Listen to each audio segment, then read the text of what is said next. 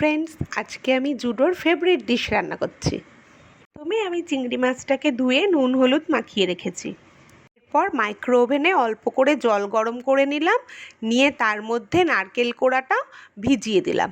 নারকেল কোড়াটা আধ ঘন্টা ভিজুক, ততক্ষণ আমি অন্যান্য মশলাগুলো রেডি করি। নিয়ে নিয়েছি 1 চামচ রসুন বাটা, 2 চামচ আদা বাটা আর 1 চামচ কাঁচা লঙ্কা বাটা।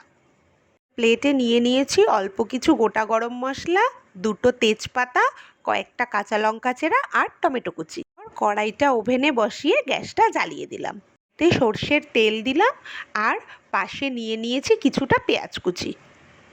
তেলটা গরম হয়ে গেছে, এবার ওর মধ্যে চিংড়ি মাছগুলো দেব। না, এখনো শুরুই করতে পারলাম না, তাতেই যা গরম লাগছে। চিংড়ি মাছগুলোকে তেলের মধ্যে দিয়ে দিলাম। চিংড়ি মাছগুলোকে হালকা লালচে করে ভেজে তুলে নিচ্ছি। আর ওই তেলের মধ্যে গোটা গরম মশলা আর তেজপাতাটা দিয়ে একটু নাড়াচাড়া করে নিয়ে তারপরে পেঁয়াজ কুচিটা ওর মধ্যে দিয়ে দিলাম।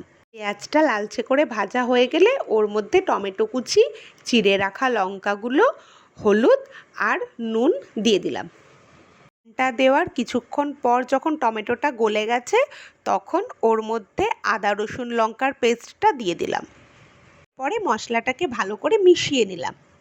এর মধ্যে একটুখানি কাশ্মীরি লঙ্কার গুঁড়ো দিয়ে দিচ্ছি, যাতে কালারটা সুন্দর হয়। পরে মশলাটাকে অনেকক্ষণ কষাতে হবে, যতক্ষণ না মশলা থেকে তেল ছেড়ে আসে। দেখতে তো প্রায় আধ ঘন্টা হয়েই গেল। মশলাটাকে লো ফ্লেমে বসিয়ে এদিকে নারকেলের দুধটাকে রেডি করছি। নারকেলের দুধটা রেডি করতে করতে ওদিকে মশলাটাও দেখো বেশ লালচে হয়ে তেল ছেড়ে দিয়েছে। এবার এই নারকেলের দুধটা ওর মধ্যে দিয়ে ভালো করে মিশিয়ে নিলাম। মিনিট পরে ঝোলটা ফুটে উঠলে ওর মধ্যে চিংড়ি মাছগুলো দিয়ে দিলাম। চিংড়ি মাছটা দেওয়ার কিছুক্ষণ পর ওর মধ্যে 1 চামচ গরম মশলা গুঁড়ো দিয়ে দিলাম। এবার লো ফ্লেমে 5 মিনিট রেখে রান্না করলেই রেডি চিংড়ি মাছের মালাইকারি। গরম গরম জুডোকে সার্ভ করে দিলাম।